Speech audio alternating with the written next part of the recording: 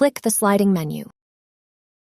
Under Manage Teamie section, click Manage Classrooms and then select Import Classrooms. If required, you can configure the columns that will be present in the bulk import template.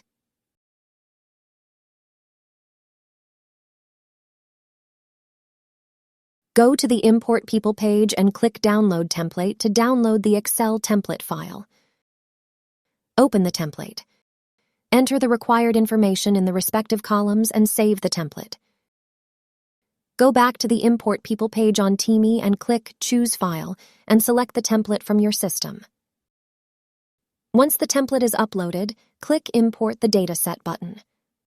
Once the import process is successfully completed, you will be redirected to the Manage Classrooms page. You can search your newly created classrooms using the given filters.